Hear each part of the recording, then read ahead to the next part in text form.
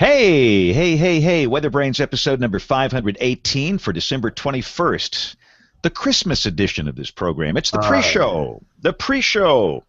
The solstice edition. Yeah, the solstice edition. Good point. Winter solstice going on here in a couple of hours. And I was asking Brian, is this where some people run around naked, or is that the equinox? No, some people strip down and they run around in circles at either the equinox or the solstice, and I can't recall which one.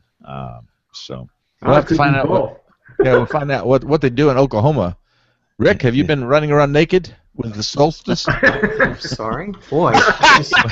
Yeah, Rick's going to hang. He's going to hang right up on this. And obviously, we do have a showtime. So weird things happen on the solstice, I guess. No, they did a story one. You know, these idiotic stories they run before the weather in the news. One year they had these people, and of course they, use the pixels that they pixelate the thing out where you couldn't see anything. But these guys are running around in circles in the nude to celebrate. And I want to say it might be the equinox. I don't know. And then they come to you and say, "What do you think about that, James?" They say, now let's turn to James. Like, I'm going to have some, I could say something, but whatever I say is going to get me in trouble, so I just don't even go there. So I've got to pull up Bill's email here and get... Aubrey, how do you find these cool spots, these cool pics of the weeks? Whoops, it was just a thought. I had to search through several websites, and I was like, I wonder if I can find something North Pole related. Well, very good. So, and then, of course, there's a North Pole, Alaska, and so I kept getting rerouted to that, and that's not part of the North Pole. So. Right. So I want to talk about the dress. Oh, the dress. So did you wear that today? I did. Wow. Do you want me to screen share it? Yeah, we'll talk about the dress. Brian, are you wearing the dress today? No, I didn't wear my dress today. Okay. I'm out of the loop on this one. John, you've not heard of the dress that all the female meteorologists on air are wearing? Yeah, what is this with all the female meteorologists having the same dress? Well, we all talk. Ah! Well, that's not a surprise. And that's a big part of it is we all conversate. Ah! That's scary, actually, John. Not to be not unexpected, but scary. So a lot of meteorologists talk, and they have groups and stuff, and so girls got together and we all talk and conversate and chat and encourage each other, and so we have this super secretive group. And we all share secrets. No, I'm just kidding. But we do. We all talk in words of encouragement. All right, let me see if I can screen share. No, they've got a secret Facebook group where they hang out and gossip about the guys, what a bunch of boneheads they are, and ignoramuses, and imbeciles. We know sometimes they are, and they bully. Yeah, male bashing, total male bashing. No, this is a positive, very positive. Ah, come on. There's got to be a little bit of bashing in there somewhere. There's some discussion, but... See? There you go. So there's... Ah! There you are. That's my dress, but this is... Wow. Whoa. Wow. That's just a sampling. From what last I heard, it was over, I want to say 200. Because there's almost every day. There was a girl who posted she wore her new one on air today, the same day as I wore mine. Wow. So where can all the young ladies in the audience pick up one of these dresses? Amazon for about $24.95. Wow. Brian, you seem way too interested in this. Yeah, I have Prime. Maybe I'll get it by tomorrow. And that is why this is so. Now I can't figure out how to stop screen sharing. That is why this is so popular. Is because it's hard to find clothing for TV. You guys can wear the same suit all week and just change out the tie, and it doesn't matter. Yeah, Brian's been wearing the same suit since 1972, so we know that to be true. So, I can't wear black twice in the same week, and I gotta have bright and bold colors, and, this color makes you look drab, and you have lighter hair, so you should wear this color. And it's hard to shop for TV. So one girl found it and online at Amazon, and she said it's very flattering. It has sleeves. It's very hard to find really nice dresses with sleeves because they're all sleeveless. And so it was a dress that was affordable and solid, bold, bright colors and had sleeves and very flattering. And one person shared it, and we do this occasionally. I've shared a couple of dresses that I've got. Hey, this is 40% off, and it's an extra 25% off today. So a lot of us will do that sometimes, and this one just happened to be the golden ticket at 20-something bucks, and so. Wow. And it took off. I mean, it took a month for mine to get here. Wow. Welcome to Weather Dresses Brains show number 1. And for those listening, I am schooling the guys on how a woman, female meteorologist, dresses for TV and how difficult it is. Okay, like I say, you learn a lot on this show. That's Only right. on this show. So our guest is not here. I'll invite him one more time, Andrew. Uh-oh. And typically Bill's over there working his phone, getting the guest on, and I don't have any other contact other than to invite him. And I think Bill did a test hangout with him. That's what I thought. Looks like he's holding a bottle of what is that? Tabasco sauce or? I think it's Cholula. It's what? Kahlua? Cholula. Cholula. Yeah, those of us that are into the hot sauce, that's one of the staples, is Cholula. Yeah. Wow.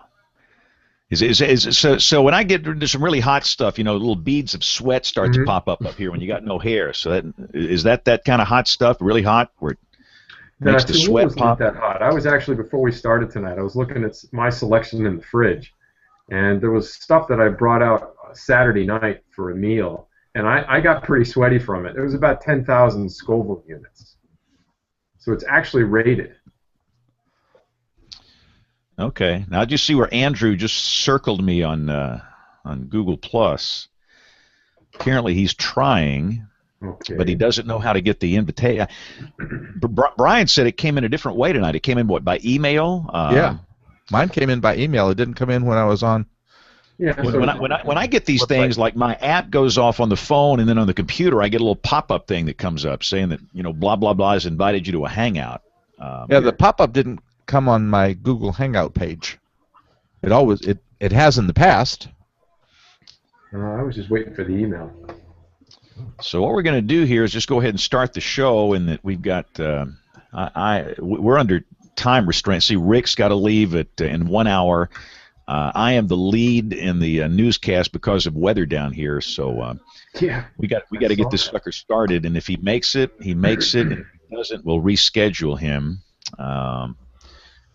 So let me get the recorders going here. Rick, I like your pick. Yeah, I went back to see if anybody had picked that over the recent weeks, and I didn't see it. So, got to have Deck the Halls. All right. Stand by. Here we go in 5, 4, 3, 2. Wait, hang on. Let me. I think that was an abort, NASA. We just aborted. We got T-5 and holding. All right, here we go in 5, 4, 3, 2, 1. WeatherBrains episode number 518. It's the Christmas edition for Monday, December 21st, 2015. As we record the show, we are just a few days away from Christmas time, and accordingly, with the Christmas schedule, a lot of our regulars are off and away tonight. We're missing Bill Murray, Kevin Selly, Nate Johnson, but I think everybody else is here. We're actually missing our guests. If the guest makes it, great. If not, great. We just roll with the flow here. But my name is James Spann. If you're new to this, we've been doing this show for a long time. We're over 10 years strong, and we just talk about the weather. We have been doing this for way too long, I think. Brian Peters, you've been in this thing almost from the get-go. Brian is the internationally beloved meteorologist. Brian and I had lunch today. Yes, Sammy's. Aww. Yeah, which is has a terrible reputation in Birmingham. The one we didn't go to, that is. Right. If you say Sammy's in this market, most people think of a strip joint. Yes. There is a gentleman's club by the name of Sammy's, but we didn't go to that Sammy's. We went to a little shop in the middle of the inner city that is tucked away, but it's got the greatest hamburger. In most markets, you got one spot that's known for the perfect hamburger, and it's typically out of the way or in just some place where you wouldn't imagine it being there. So we went there today and we talked about weather. John Brown was with us. John is one of our friends. John's one of our streamer chaser guys, and in that we have active weather expected here in about a day or two. We thought we'd just kind of get together and hang out at Sammy's. So, Brian, how was your lunch? My lunch was great. As a matter of fact, it was I told the lady who was serving us that she had to really work to live up to my expectations after what you said about their burgers, and they absolutely did. I will go there again. I just will make sure it's not right before my physical, because it's probably clogging my arteries as I speak. Yeah, so I went to breakfast at this place called Big Bad Breakfast. And then I went to Sammy's for lunch. My arteries are clogged. I have no hope. If I have a heart attack on the show, it'll make for some great live television. So there we go.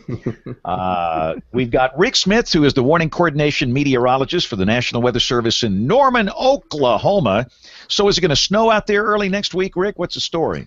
Well, it could. It could snow, it could sleet, it could thunderstorm, it could hail, it could rain. Probably get a little bit of both, a little bit of all of that somewhere in the state. But yeah, this storm system coming in the weekend after Christmas has really been played up here for a long time now, and it's still on the way, and so we're watching it really closely. Hopefully it's not. We've had enough of the ice for this year, so I think we've crossed that off the list. So some snow wouldn't be bad, some rain wouldn't be bad, but the other stuff we can do without. Yeah, and again, we've got a guest scheduled for tonight. I've invited him like 4 times, and he might have a hard time getting on with us. And if we have to reschedule, we'll do that. We were going to talk about the simulated AWIPS program, and we talked about this before. It's a great platform, marvelous service, and they've gone to a pay model here in the last few months, and we're going to talk with Andrew about that. So hopefully we'll get him on before the show is over. We've got Aubrey Urbanowitz, who wore the dress on television today. The dress. I did. I wore the dress. And if you haven't heard about the dress, well, then that means you haven't been watching the news, because it's been in the news. What was it, about a month ago or so? It's been in the news. So yeah, it's very comfortable. Nice bright color. And let's not confuse the dress with the dress from about a year ago, where you look at it and a certain person sees one color and somebody else sees another color. Remember that one? No, that was the black and blue dress.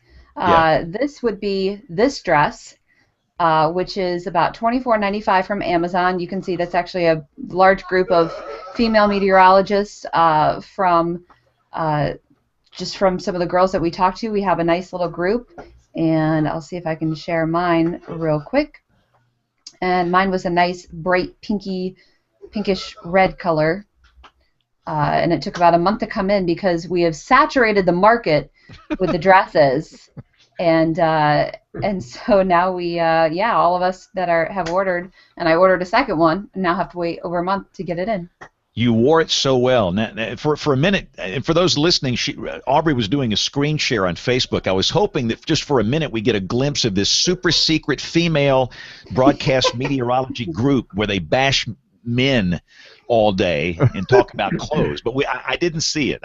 We couldn't see it there. Sorry. No. And the group the dress is more than just an affordable dress. It's really, it symbolizes just a lot, the community, how we talk to each other, and words of encouragement, uplifting. And it's a positive group. It's not a bashing group. It's, hey, I'm struggling with this today. How do you guys kind of get over this rut? Or, hey, you know, I'm looking for an idea to make this kind of graphic, or I'm struggling with this kind of story idea for a weather story. What have you guys done in the past? So it's sharing ideas and tips, and it's a positive, uplifting group. Cool. And while I'm thinking of female Mets, I think we should congratulate our friend Ginger Z. Absolutely. Absolutely. And her husband Ben, and they have welcomed their child into the world, a healthy baby boy. And, you know, she promised to work right up until the time it happened, and the baby was born Saturday morning at 11:05 Eastern Time, New York City, 7 pounds, 8 ounces. Adrian Benjamin is this guy's name. He looks like a ball player. So congratulations to Ginger. And that's always an exciting time. And boy, look, Aubrey, we have 2 kids, and I've seen my wife toward the end of that pregnancy, and goodness, I can't imagine having to get up at dawn 30 and work that morning shift in that condition. But she just did great, and I thought she looked great right until the end. More power to her, I'll tell you. Yeah. I don't have children, and yeah, more power to her. Yep. So anyway, congratulations to Denver. Dr. John Scholars in Lancaster, Pennsylvania. I'm struggling tonight. Can you tell? That's okay, James. So how warm will it be Christmas up there?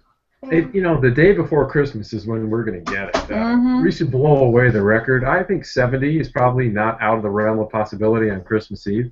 Wow. So that's what we forecast. Yeah. So the month of December right now, we're at least 2 degrees above average. So we should, I think we're going to take care of that record as well after the 3rd warmest November on record here.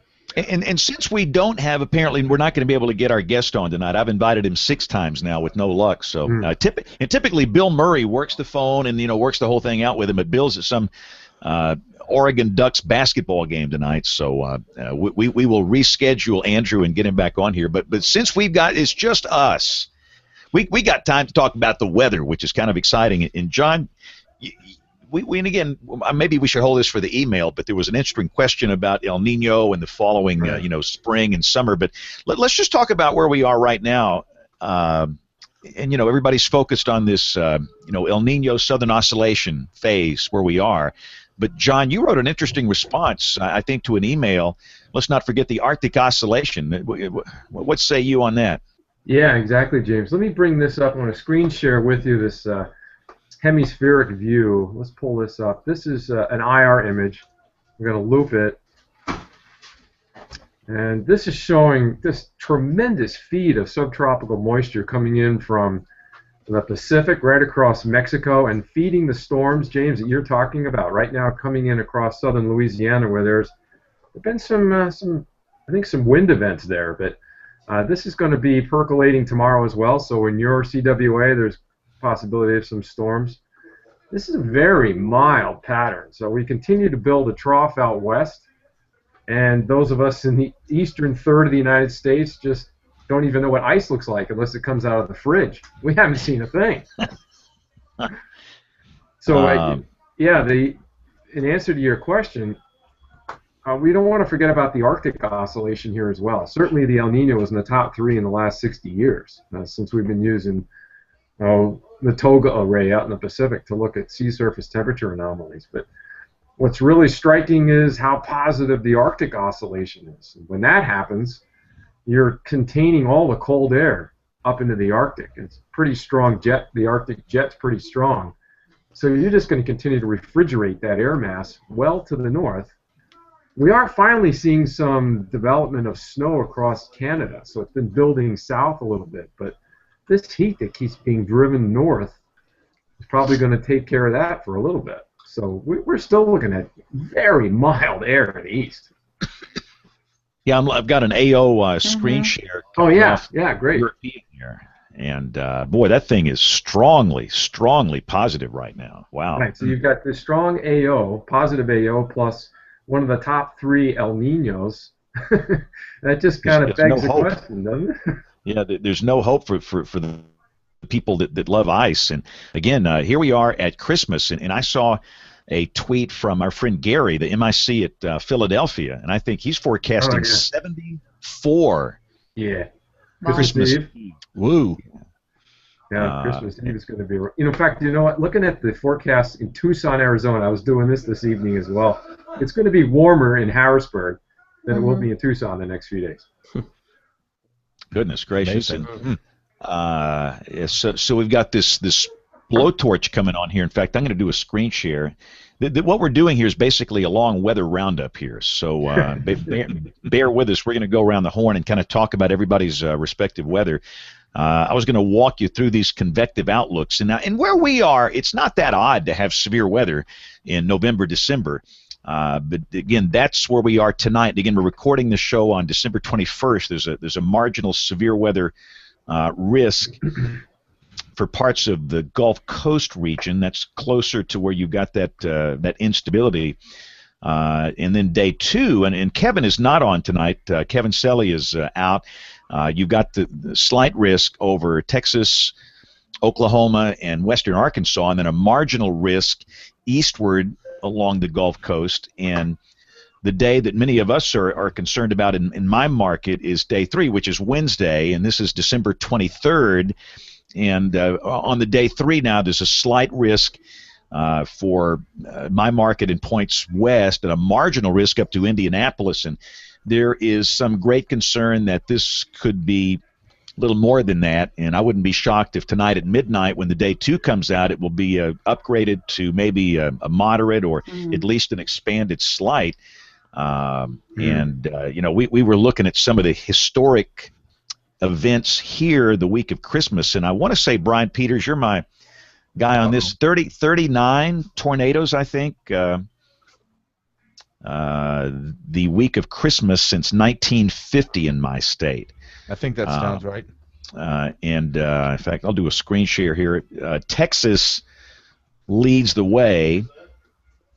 Texas is at 47, Alabama 39, Mississippi 34. Wow. You got Louisiana, Arkansas, Florida, Georgia, Missouri. It's kind of more of a Dixie Alley thing where you've got this November, December peak. We had a tornado in Mobile, Alabama, downtown Mobile. Brian, correct me if I'm wrong, it was 2012, right? I believe so, yes. So it's not that unusual for that to happen, but this persistent El Nino. So I'm just going to go around the horn. And Rick, let me ask you, what does it mean for Oklahoma this winter? You're kind of in the middle of things there.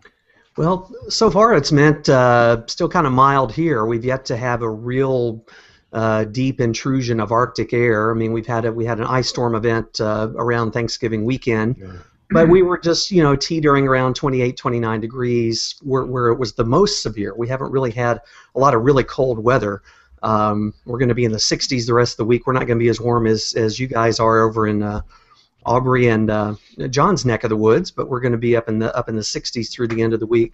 So, this active pattern, this active southern stream is just going to continue to bring these weather systems across, and it's just we're just going to be teetering on that edge of temperature, and this is the situation we're going to have this coming weekend, where it's just a matter of 1 or 2 degrees, whether we get snow and ice in northwest Oklahoma, or just rain and thunderstorms to the southeast of that. Of course, there's a line somewhere where that's going to be changing over, but that seems to be the pattern so far this year, and don't really see any end in sight to it that I can see. All right, let's go to Aubrey. Aubrey, you're in the warm for a while. How long are you going to stay warm, you think? Yeah, it has been odd. We had 2 days of cold this weekend. In fact, we had flurries here Friday night, and they kind of I can't even call it a dusting. I mean, it was probably like a tenth of a dusting. Just little flakes in the grass Saturday morning. I mean, you could probably count them if you picked them up. But so we had a cool weekend. But we're back up there today, and we'll be near 70 for Christmas Eve. I'm thinking I'm really thinking mid-January. Maybe at least mid-January before this pattern maybe starts to shift a little bit. But it's really interesting to see the track of these storms just diving down through the southwest and then scooting up to the northeast through the Great Lakes and completely missing us. But with that, we've still been able to hold this stream of moisture. Yep. All right, so John, what's your screen sharing there? Yeah, this is the. You ever been to this site? It's the National Operational Hydrologic Remote Sensing Center. And what I'm sharing is the. If I can get it up here. I'm sharing the latest snow cover across the U.S. And Aubrey was talking about this, the storm track. It's just amazing here. You know, from the Central Rockies to the northern high plains, and the upper Midwest. That's where the snow is, and it's finally filling in across Canada. But from points south, there's nothing there. There was some lake effect snow, which was actually pretty interesting over the weekend. There was 14 inches east of, in the Tug Hill Plateau, east of Ontario, and Cattaraugus County, I think, got 11 inches, which is east of Erie, Lake Erie. But outside of that, look at this image. There is just nothing across 2/3 of the U.S. I love that site looking at terrain. If I have a question about terrain or where a mountain location is, it's so easy to zoom in, and if you're in a terrain area, that's a great site to really pick out the topography of an area. Oh, absolutely. Let's do that right now. Yeah, yeah, absolutely. You can zoom in pretty far and look at those ridge lines, and you can see our western counties down there to the bottom left of your screen, right? Western Grant County and stuff, and that's the area that picked up a little bit Friday night into Saturday. Well, that's why you built ski sorts. Ski. Hey, you got me doing it. Ski sorts. Ski resorts on the western slopes, right? Facing to the west. Those are the big ones, and we have one in that central ridge, which actually opened today, and they had one slope open today, and it's great, but you feel bad because it's like, it's not gonna last. Yeah. I'm sorry. It's, you know, they're taking a hit. You know, they've been able to open early the last couple years. How is Snowshoe doing in West Virginia? Do you know? They were making snow, I want to say several weeks ago with that first cold spell that we had. Was it back in November? But they've picked up a bit of snow, and I know they've been able to make some. They have been staying cold. A lot of our system, the last couple of storms that we've had come through, the cold air has kind of been banked up on the mountains before the warm air lifts again. So they've been able to get a little extra time out of the cold air than we have in the valley. And let me say this real quick for those watching on television. We will be back to the radar here in about 1 hour. This is WeatherBrains. A lot of people, when the weather's active, tend to watch our Weather Channel, and most regulars know who we are and why we're here. But we will be back to the radar on the television side here shortly. So let me throw up a couple of graphics. I want to talk about this with you guys. All right. So I want to show you not that one to start with, but actually this one. All right. So, you know, this, I don't exactly know when this was issued. This is a winter outlook. And let me just say this about these seasonal outlooks. I don't do them because I'm not that good at them. I'm just not smart enough. I don't do them. I don't think there's a lot of skill in them, but it seems like with every year, the media, you know, gets more and more into this where, you know, they're doing winter outlooks in like August. And this was one, and I look, this is from the Weather Channel, okay, and I'm not poking fun at them because I'm not good at this either. But so they throw out this temperature forecast that shows below average for much of the east and southeast, much below average through Texas, Louisiana, Mississippi, and extreme southwest Alabama. And people see this, and they read into that, well, it's going to be cold and snowy and all this kind of stuff. And so when you get this El Nino blowtorch thing going on and it's so warm, they come back and they get mad at me. Well, you said it was going to be a cold winter. I didn't say that. These other people said that. And it's not just the Weather Channel. You know, Joe Bastardi's going to be on here soon, and this is Joe's outlook. December, January, February. And he's got us, you know, that below average going on almost up to New York and Boston. So my question is, John, you're our academia guy here. Do you think that those are still valid? Can temperatures drop so much in January and February that they're going to get that right? Or you think there's no hope for those outlooks? There have been some remarkable reversals. I'm thinking back to 89, 90, when the beginning of the winter was exceptionally warm, and the second half of the winter was the complete opposite, a complete flip. And that took care of what was an amazing anomaly to start the winter. Well, I don't know what the situation, I can't remember what the El Nino was at that point or what the Arctic oscillation was, but we're talking about a remarkable reversal of what we're seeing right now through December. And as Aubrey was saying, if we're going to get any winter, I truly think in the east it's going to be backloaded. It's going to be late. This is Joe's outlook for snow, the percentage of normal. And I'm a big believer in there's no such thing as normal weather. I think there's a such thing as average weather, but that's another subject for another day. But he's got it at like 167%. I'd love to know how he came out with that number from East Tennessee. You can imagine my face the first time I saw that. Yeah, from East Tennessee up to where Aubrey is, up to near Buffalo and Rochester, New York, and you got this big swath of 133% from like Dallas up to where we are, and then up to Maine. And I agree. I have seen these big reversals. We're all of a sudden after starting off warm, it does turn cold, and you get these snowstorms. But my experience with these El Nino winters, at least where I am, and I'm in the deep south, they have been relatively mild, relatively wet, relatively stormy. You get occasional cold shots, and they tend to be shallow, and with these active southern branch systems, you tend to open up the door for more ice than snow. Yeah. But because of the shallow nature of the cold air. Brian, you've been doing this for 5,000 years. What's your thoughts? Well, and part of the problem too is, James, we in central Alabama and much of the southeastern U.S. has not had a really big ice storm. We've had some small ice storms, but not a major ice storm since what, 80? Was it 82? January of '82. That was the last catastrophic ice storm in this market. Yeah, and so you look at that, and that's let me see, I do my math here. That's 33 years. That's a long spell without anything in the way of significant ice. Now, I know, I can't remember what year it was, there was a significant ice storm across northern Mississippi that caught the northwestern corner of Alabama, but that still wasn't, down in central Alabama area. So, and I was looking at the NOAA's outlook for their 3-monthly outlook too, and their temperatures were below across South Texas, and then a little below across the Gulf Coast. Yeah, here it is. Yeah, there it is. You've got it there. Yeah. Right. So this is we're showing right now the 1.5 month lead for the outlook for February, March, and April.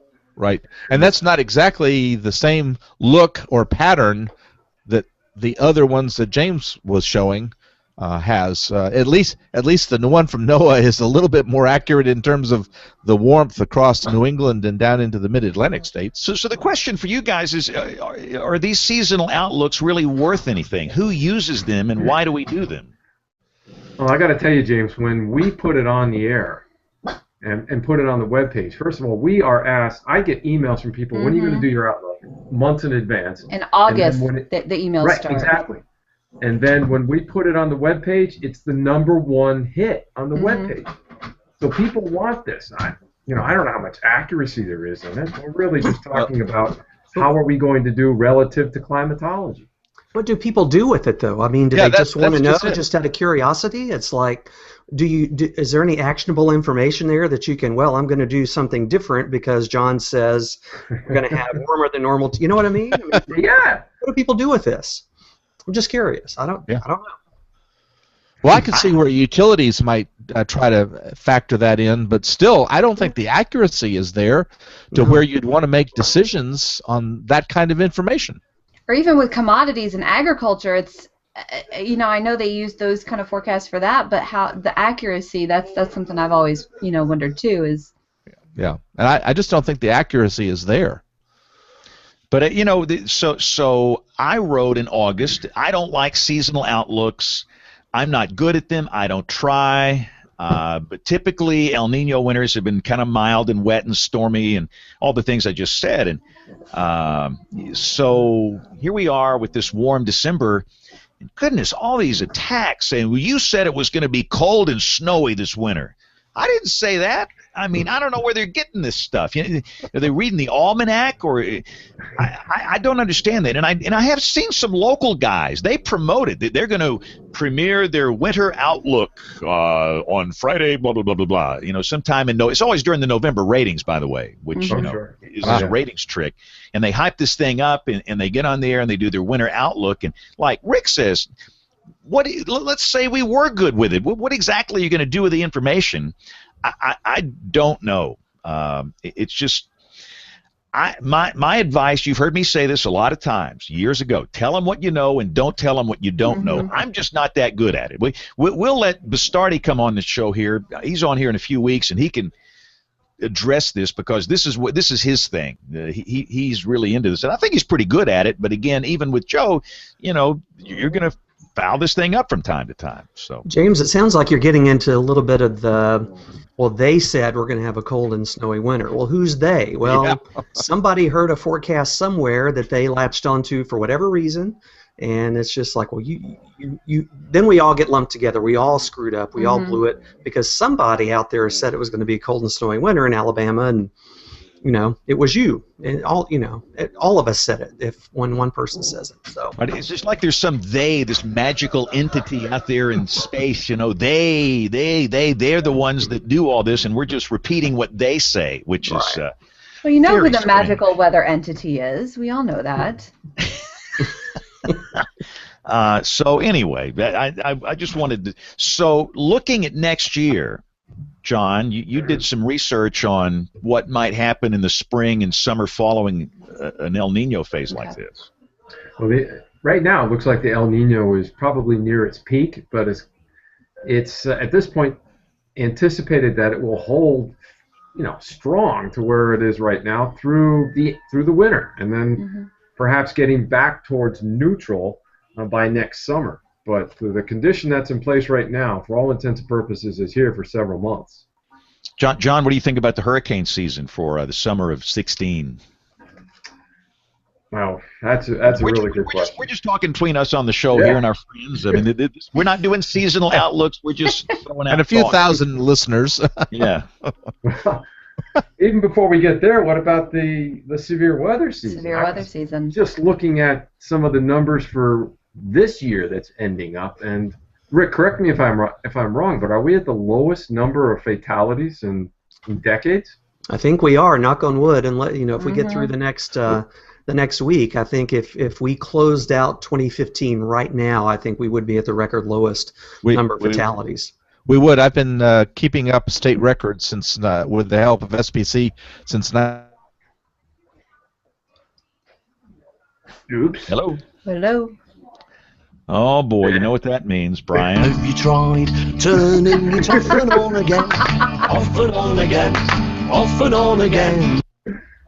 Okay, that any better? Got you now. Okay. I've been keeping up with these state statistics thanks to with help from SPC, and the bottom line is, yes, the 10 fatalities we've recorded across the U.S. this year will be the lowest since 1950. Wow. Let's hope it stays that way. Yes. I'm a little worried. You look back in the 97, 98 El Nino, and where we are, and again, we're in Dixie Alley, the spring of 98 was pretty active. In fact, Brian, you might recall one day that spring, April 8th. April 8th, 1998. James, even before the spring, remember February of 98? That was the outbreak in Florida. Wow. Yeah. Remember that was the Kissimmee outbreak of tornadoes? There was. I'm afraid, John, that one got eclipsed when we had the F5 here in Birmingham. Wow. Oh, that's right. No, but I remember the one. I do remember it. Yeah. Back in February, but yeah, in April we had an EF5 in the city here that killed 32 people, and that was a rough spring. And again, I'm not saying that's going to happen in the spring. I'm even afraid to mention that on the air or speaking to a civic club, because people are going to go say, well, James Spann said we're going to have an EF5 tornado in April. I'm not saying that. it's just something that happened in the past under similar circumstances, and the fact that we've gone through a number of springs that have been very quiet. We're way overdue for some active weather, and at some point it's going to break loose again. It's not going to stay quiet forever. So Right. I'm a little concerned about the spring severe weather season. In fact, I'm telling you guys, I don't know if I remember how to do severe weather coverage. We had that big day in 2011, which was like a generational day, and then it's been like really quiet. We went through a run-through here in the studio a month or so ago. I said, look, we need to get everybody in here, and let's just kind of act like we're doing this to see if we remember how to do it and find out what's not working and what is working, because we're just rusty.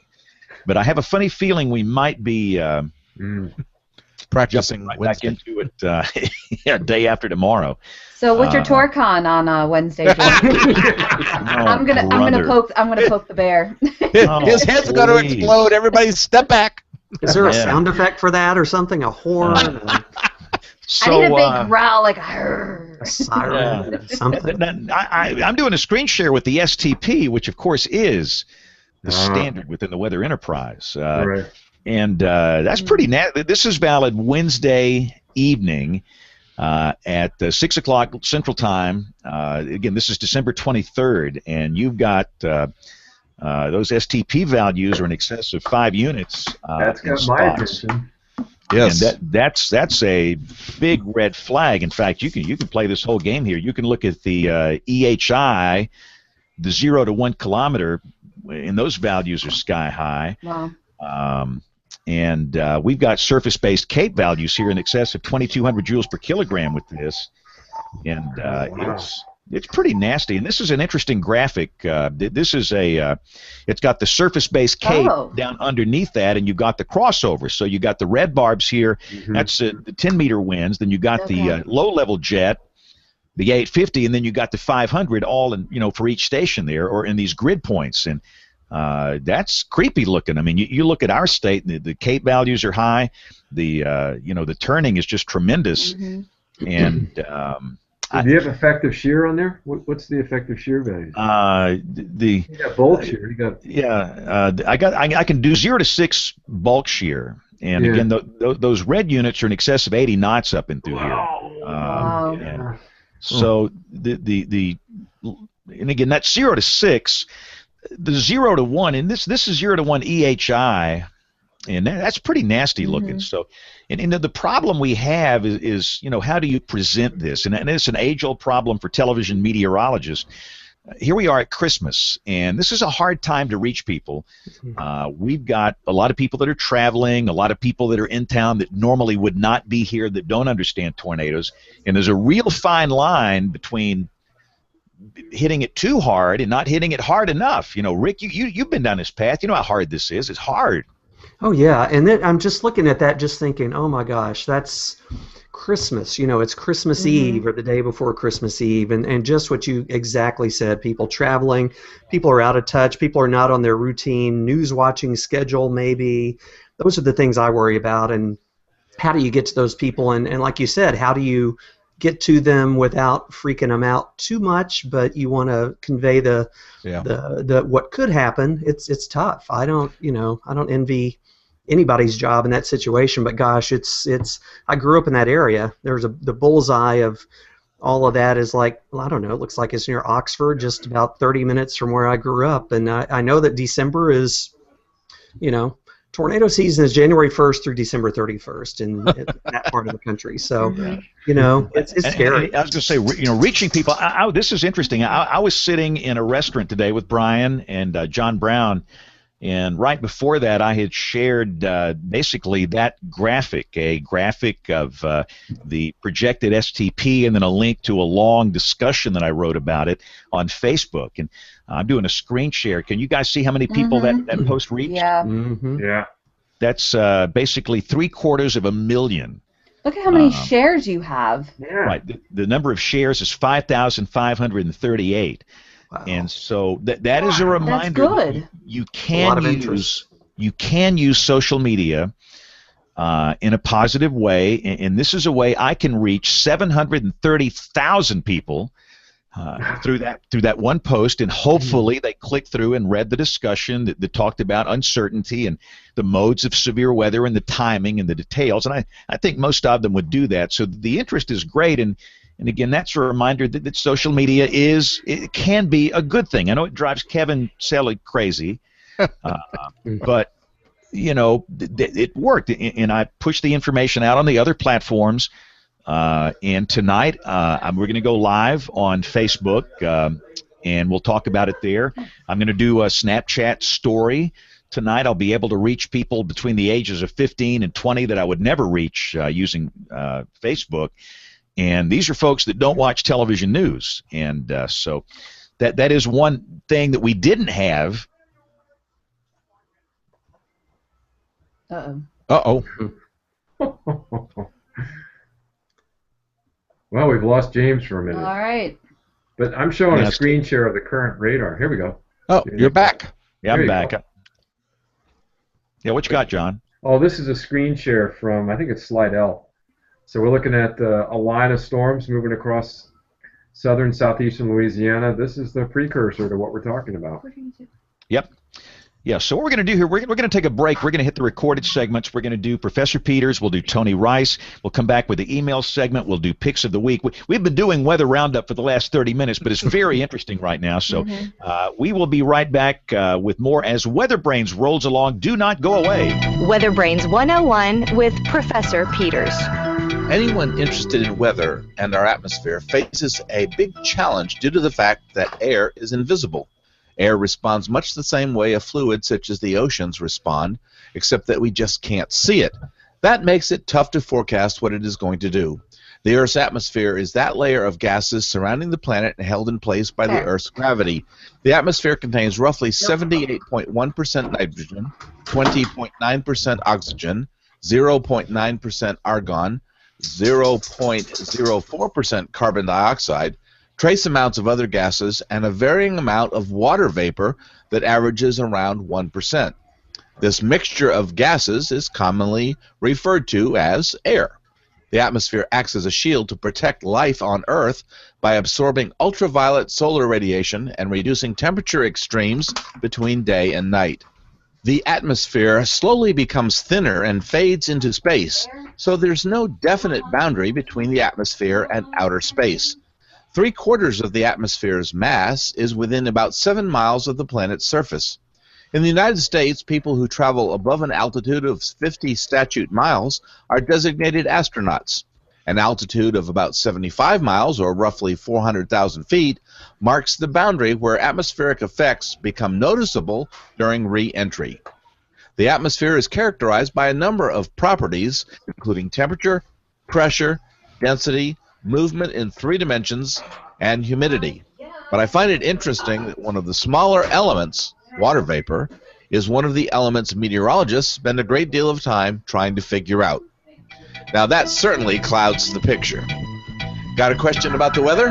Just send it to question@weatherbrains.com. Looking beyond the atmosphere, here's Tony Rice with your Astronomy Outlook.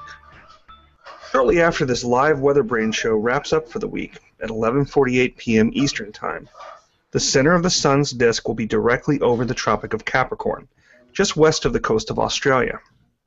This moment, the winter solstice, will mark the shortest day of the year for those of us in the Northern Hemisphere. Sunset has already begun to trend a little bit later by a few seconds each night. However, sunrise is also moving a little later each morning, offsetting that later sunset time. These two trends crossed each other today, and the length of daylight will be slightly longer each day from here on. The increase won't pick up speed until early January as we rise out of the bottom of that curve, measuring the hours of daylight. By the time James presses play on this Astronomy Outlook, SpaceX's return to flight will have either been successful, postponed, or actually it's the holidays, so I don't want to think about the or. Additionally, the first stage of the SpaceX Falcon 9 rocket will either have successfully landed at SpaceX's Landing Complex 1, previously known as Space Launch Complex 13, which once launched Atlas and Agena rockets back in the 50s and 60s. Or the first stage will have crashed in spectacular flames like the previous 2 attempts. This latest landing attempt for SpaceX comes less than a month after Amazon's Jeff Bezos and his Blue Origin team successfully vertically landed a reusable rocket. The slap fight that resulted between Bezos and SpaceX's Elon Musk was pretty entertaining. Elsewhere in the sky, well, actually on the ground in Florida, if your holiday travels take you to the Sunshine State, consider a stop at the Kennedy Space Center Visitors Complex.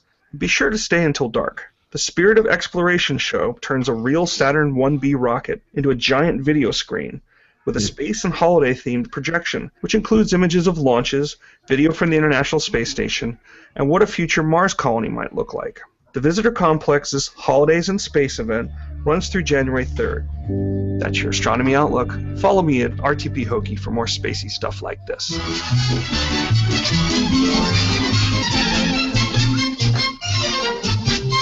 Letters. We get letters. We get stacks and stacks of letters. All right, I think Bear's going to help me do the email inbox tonight. Yes. Bear, did you wish everyone a Merry Christmas? All right, she wanted you to see our Christmas card.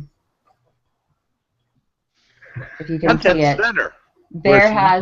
Bear has wrapped Brooks and I in Christmas lights, and she's sitting there smiling. So that's our little Christmas card. All right, let's see. We have a couple.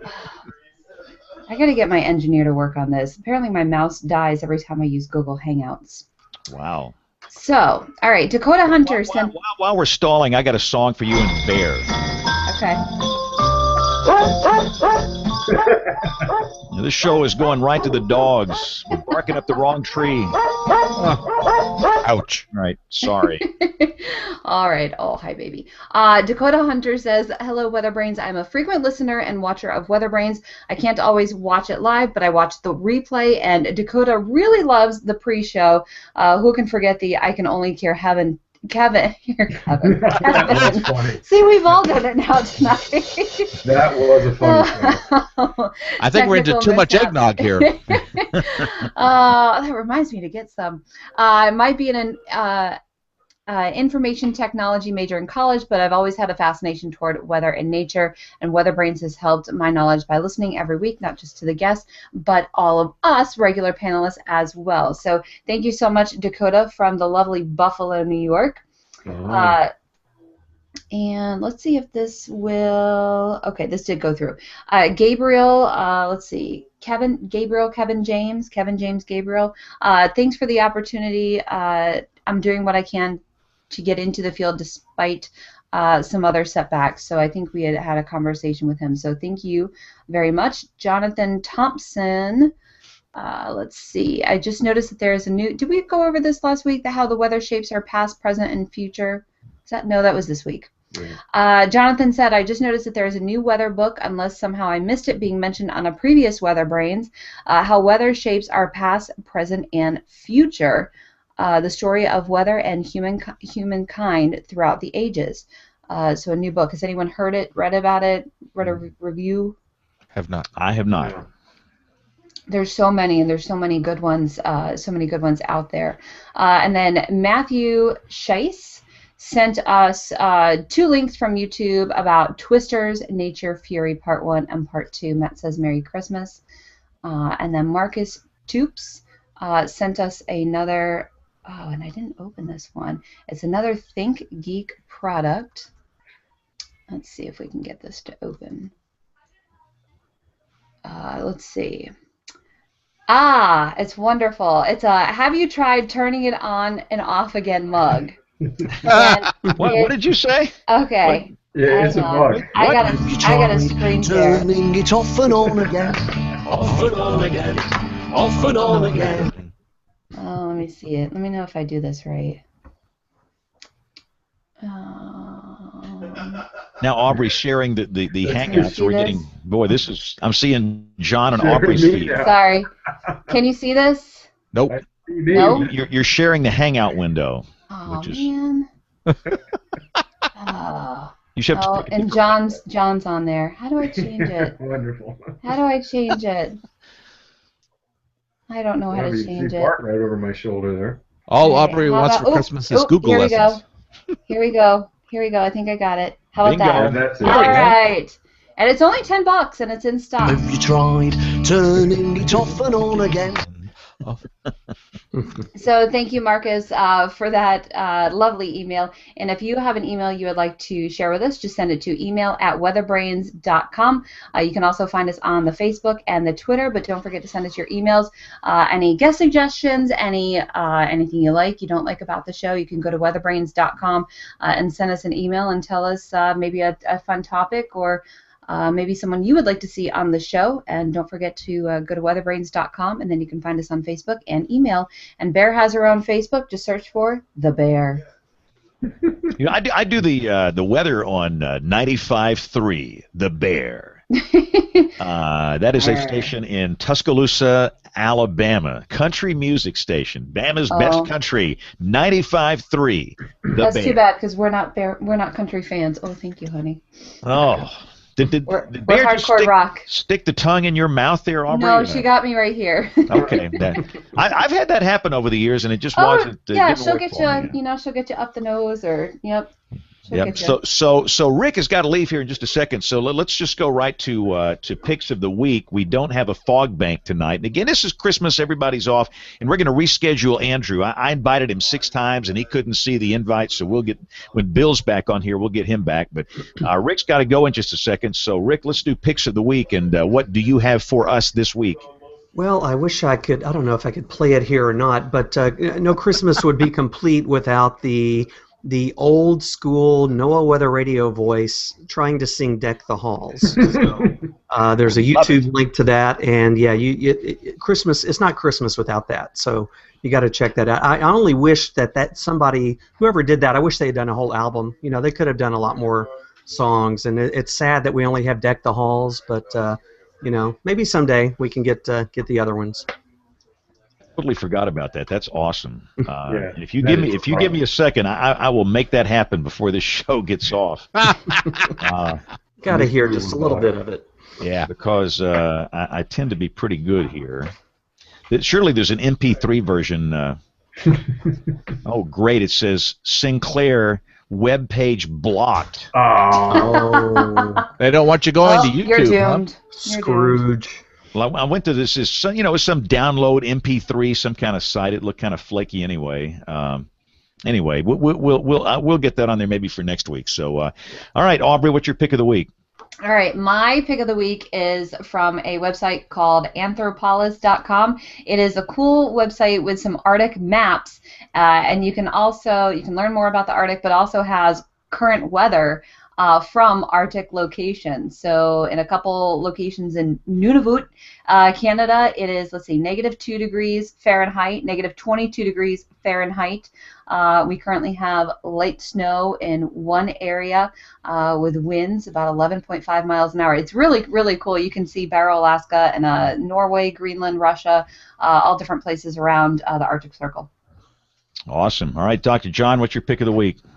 Yeah, James, there's been so much talk, obviously, about El Nino, and for good reason. But I was doing some research on the Arctic Oscillation and came across a blog that's written by Dr. Judah Cohen, and also Dr. Jason Furtado, both formerly of AER, that is the Atmospheric and Environmental Research Division. And they were talking in this blog, it's fascinating, about which we were talking about at the beginning of the show, what the current status of the AO is, and it's likely that the AO, positive phase of the AO plus this historically strong El Nino is what's responsible for the heat in the east. So it's a really interesting article. Cool. And again, the links to all of these will be up on the website, weatherbrains.com. Brian, what's your pick of the week? Well, of course, we've talked about it, and everybody's talking about dreaming of a white Christmas. So since we're a nationwide podcast, I'm going to direct you to Are You Dreaming of a White Christmas at the National Center for Environmental Information and their climatology. And unfortunately, for much of the Southeast, we have like a 0 to 6% chance of a white Christmas, but that's okay. And I don't know if you can hear this or not, but No. we'll try. Can you hear it? No, but the best part is looking at Brian's video. That's a great screen grab. Yeah. He's got the Deck the Halls of the Weather Radio guy on there. Yeah. La la la la la la. That's it. That's great. Sounds like classic. That sounds like the teacher in the old Charlie Brown Christmas episode. So are we going to do a show tomorrow night with Greg Carbon? When is the year ender? Does anybody know? I don't. Let me see. It's Monday, isn't it? Well, I will not. I am out next week, and even I might have to work, but that's because we might have severe weather. The same storm that's going to bring this mess to Oklahoma could bring severe weather here, and I was not able to do it next Monday. So I think Bill had tried to get it set up for tomorrow night, but I have not heard. It hasn't updated in the calendar, so. No, that's right. Yeah. So I haven't heard anything either. At some point, we're going to get Greg Carbon in to do the year ender, which looks back at the top weather events of the year. And I think ours is the best. Greg does this talk at like the NWA in October, but that's October. I mean, you've got November and December left, and so by the time he gets to us, the whole year is wrapped up. And for those that don't know, Greg is the warning coordination meteorologist at the Storm Prediction Center in Norman, Oklahoma. Rick, you know Greg, don't you? Oh yeah, we right down the hall. See Greg all the time. How close are you guys in that building? Like, are you like next door or in a different floor, or how close are you? Well, the forecast office and the storm prediction center are on the same floor, and that we're just separated by a room. So we share coffee pots and microwaves and refrigerators, and sometimes do watch coordination back by the sink and by the coffee pot. So I mean, we're right there. We're literally just right next door to each other. Now, has anybody ever gotten into a fist fight there? You guys having a big argument about potential vorticity or? A fist fight, specifically not a fist fight. No. There's been some slap fights and some no. We're all professionals, James. That would never happen. Meteorologists don't argue about things. Come on. No, never, never.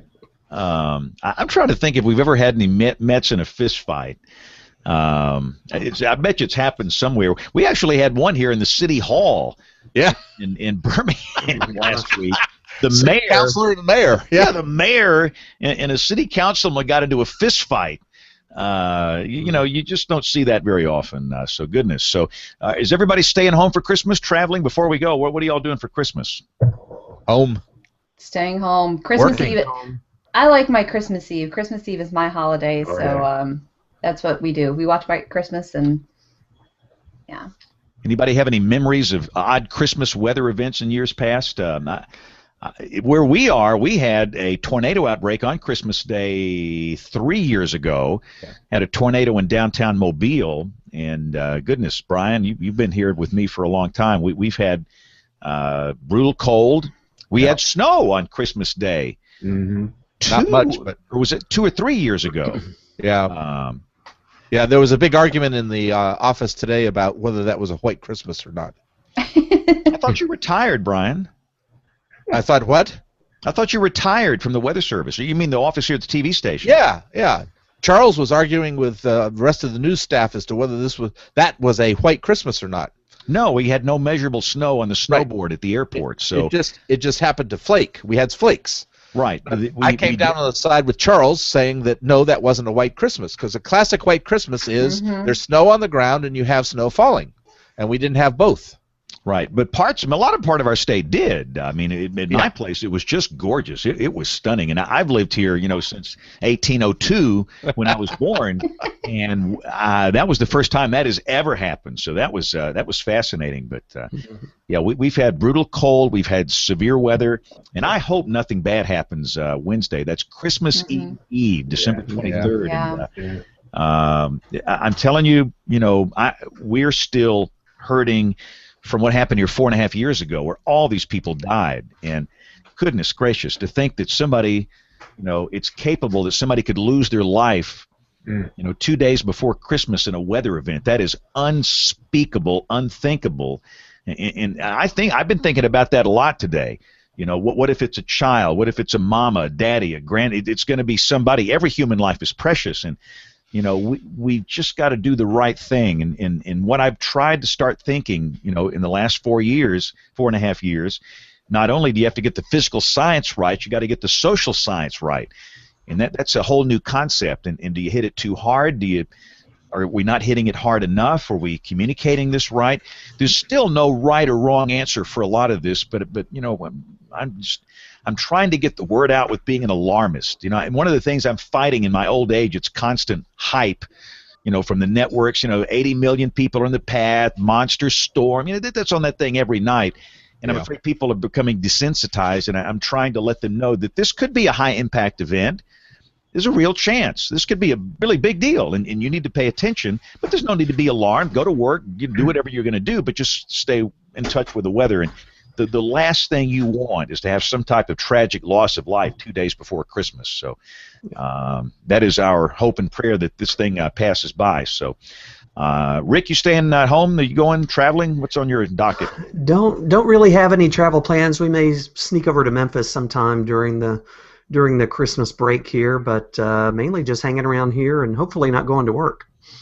Yep, I'll be working through Christmas Eve on the television side. I'll be taking Christmas Day off, but and one more thing, and we'll let you go. But we need to get out early tonight. I cherish those old days of tracking Santa on radar at the television station on Christmas Eve. I love that, and really today it's NORAD, and you go to Google and you go to the NORAD site on the web and the app, and that's how everybody tracks it. But we can still have a little fun with that because, you got to track Santa Claus. Absolutely. On that note, guys, we are going to wrap it up. Wait! Brian is off his meds. Yes. We put out the 9th edition of Skywritings today, so I want to put in a plug. It is about this show. So we need to put in a plug. If you're listening to this show, you might want to consider going to weatherbrains.com and on the on the left-hand side of the screen, you can subscribe to our newsletter, which is basically intended to come out once a month, maybe a little more frequently, depending on what kind of news we have. So there we go. There's your plug. And again, we apologize not getting Andrew on the show tonight. Typically what happens when Bill Murray's here, if we can't get the guest on, he makes a phone call and they do all this stuff and they get him on. We invited Andrew 6 times here on the Hangout, and he just didn't get the invitation. He sent me a note on Twitter, but we're going to reschedule him. He is with the marvelous program, the simulated AWIPS that is web-based, and he's gone to a pay model, and I have no problem with that. There's a lot of people that provide products and services online, and for some reason the world thinks everything should be free, and it doesn't work that way. If you get value from that product, and I think most all of us do, it's certainly worth that. So we're going to reschedule him, and we'll put out a note on Twitter about the Greg Carbon year-ender, which should be coming up soon. If you want to get in touch with us, the email address, it is email@weatherbrains.com. All of the show notes on the website, weatherbrains.com, our social media accounts there as well. We're on most Monday nights, 9:30 Eastern, 8:30 Central. Most people watch at live.bigbrainsmedia.com, and most of you listen. We know that, so thank you very much. So as I do almost every Christmas, I think I've done this for years, we're going to roll out with Mark Phillips. Mark is the guy that does our theme, and he's got some Christmas music. So to all of you on the show and all of you listening, y'all have a Merry Christmas, and thanks a lot, guys.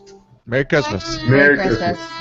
Okay, guys, so again, we'll see you guys next week for Greg Carbon's Year Ender. So on behalf of the entire WeatherBrains crew, I hope you and your family have a very, very Merry Christmas. Have yourself a merry little Christmas.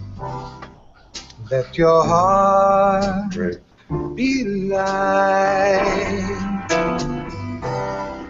From now on, our troubles will be out of sight.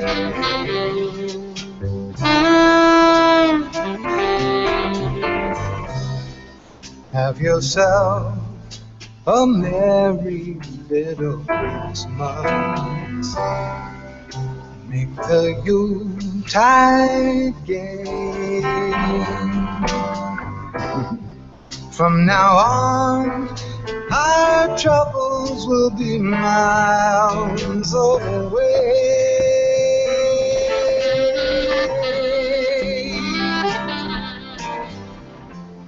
Here we are as in olden days, happy golden days of yore.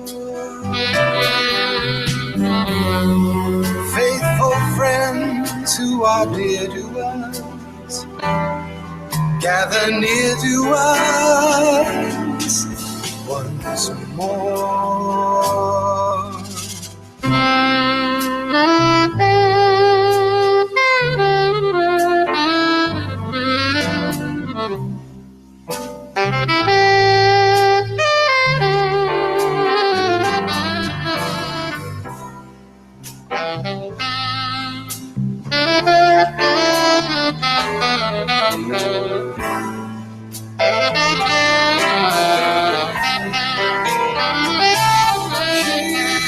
Here we are as in olden days.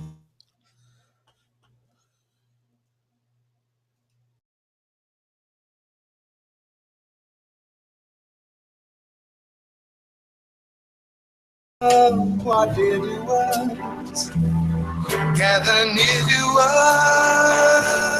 us once more. Through the years, we all will be together. If the fates allow, hang your shining star above the highest bough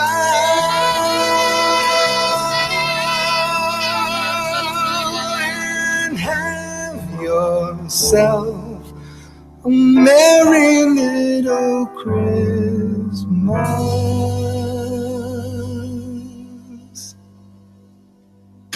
Now